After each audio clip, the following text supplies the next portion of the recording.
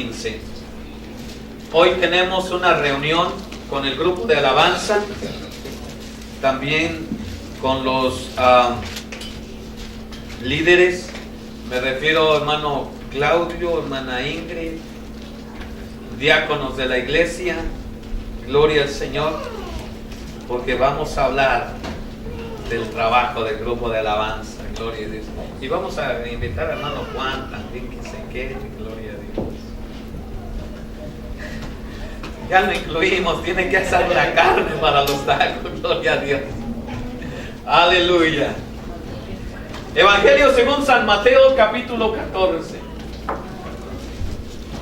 Anoche le voy a confesar algo, hermano. Yo anoche me quedé con ganas de exponer mejor, pero vi algunos euticos y dije, yo voy a evitar. Amén.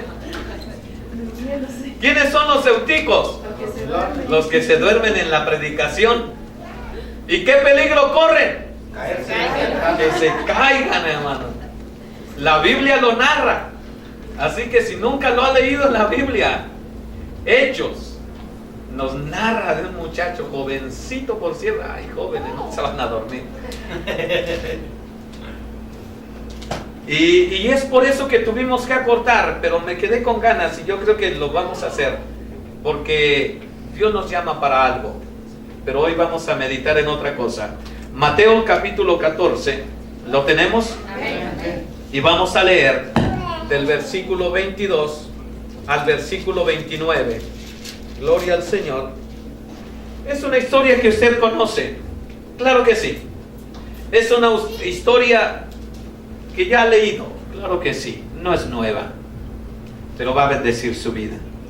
Mira lo que dice la palabra del Señor. La leemos en el nombre del Padre, del Hijo y del Espíritu Santo. Enseguida Jesús hizo a sus discípulos entrar en la barca e ir delante de él a la otra ribera, entre tanto que él despedía a la multitud. Despedida la multitud, subió al monte a orar aparte, y cuando llegó la noche, estaba ahí solo.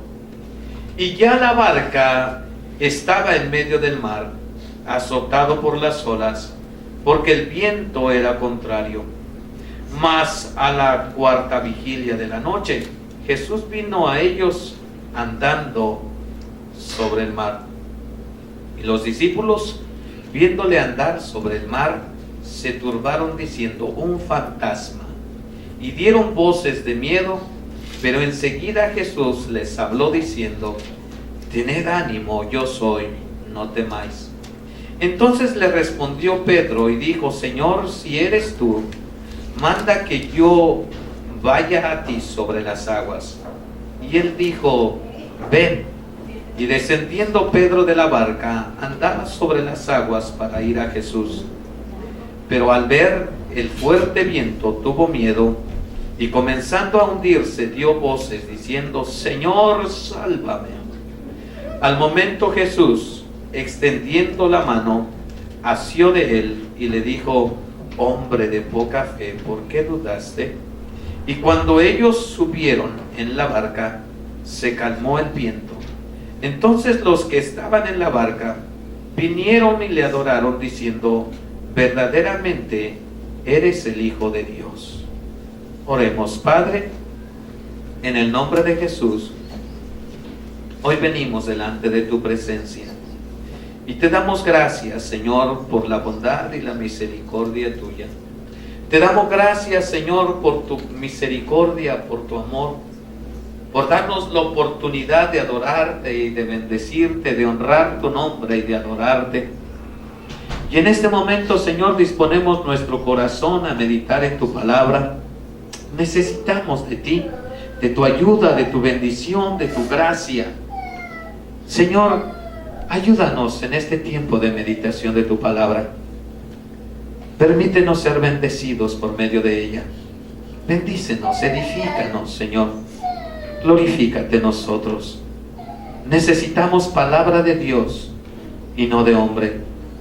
Por lo tanto, te ruego, Señor, que mis ideas, mis pensamientos, mis conclusiones, Señor, sean puestas a un lado y que seas tú, Señor, hablando a través de mi vida. Te necesito para ello, Señor, en el nombre de Jesús. Amén, amén, amén. Gloria a Dios. Vamos a meditar en esta porción de las Sagradas Escrituras, hermanos.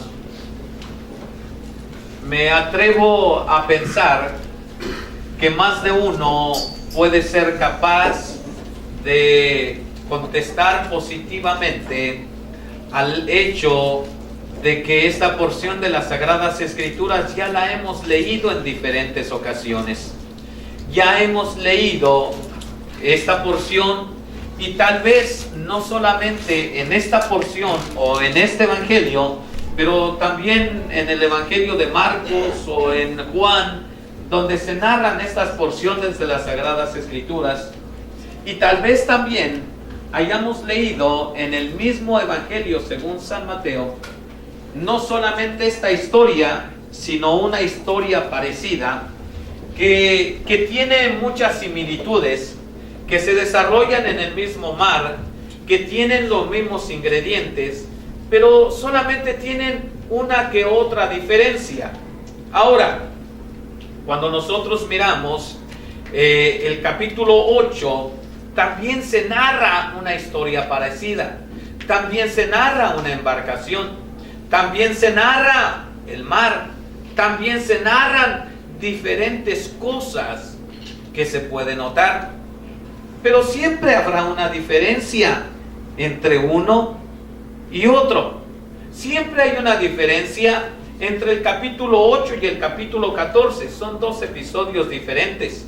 Y hoy nosotros podemos hablar de algunas de ellas. Por ejemplo, una de las similitudes que había es que Jesús no estaba físicamente con ellos en el lugar o en la plataforma de la embarcación al momento en que sucedían los hechos.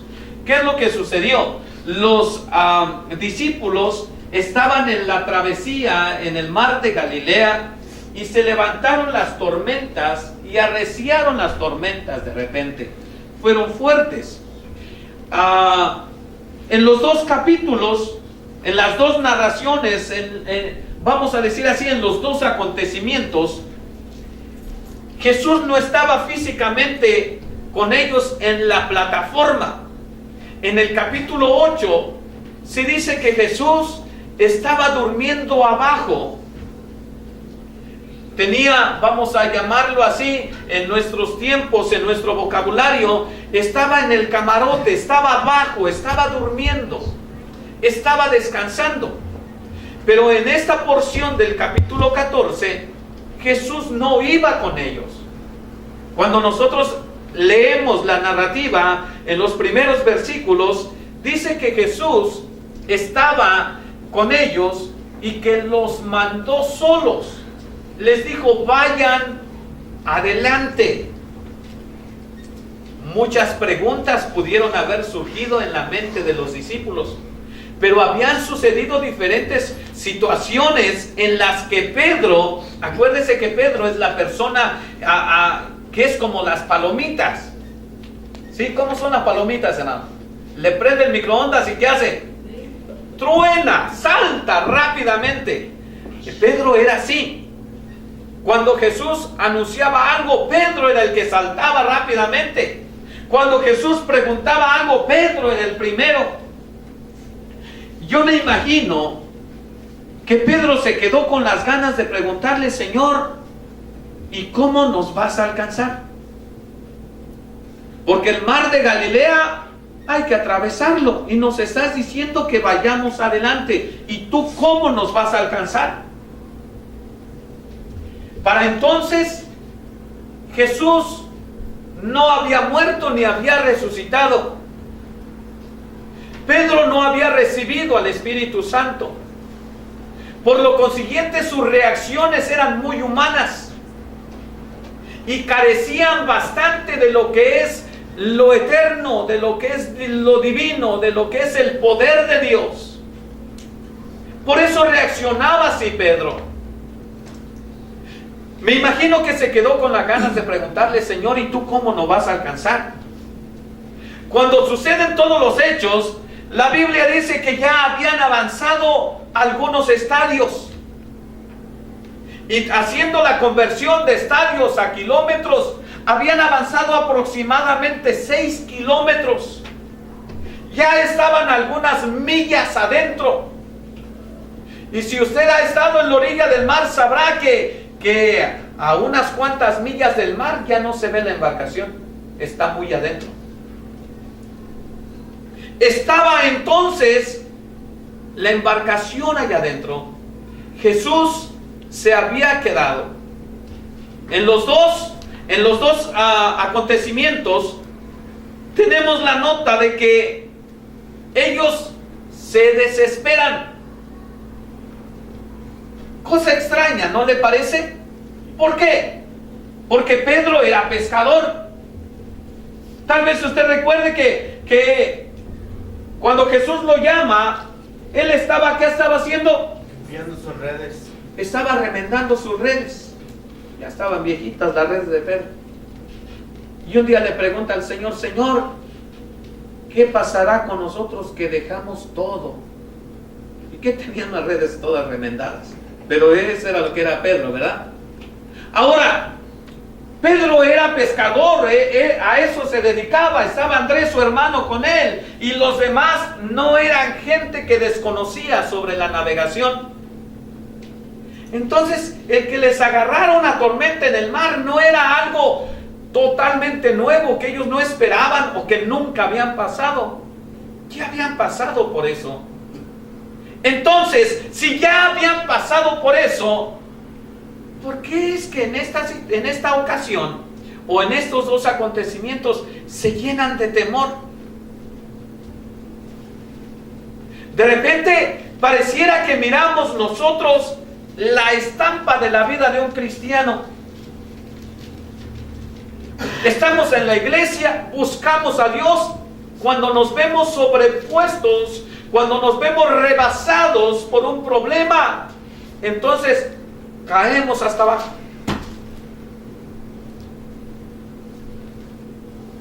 Pero si estamos sabidos, somos seres humanos que vamos a tener problemas.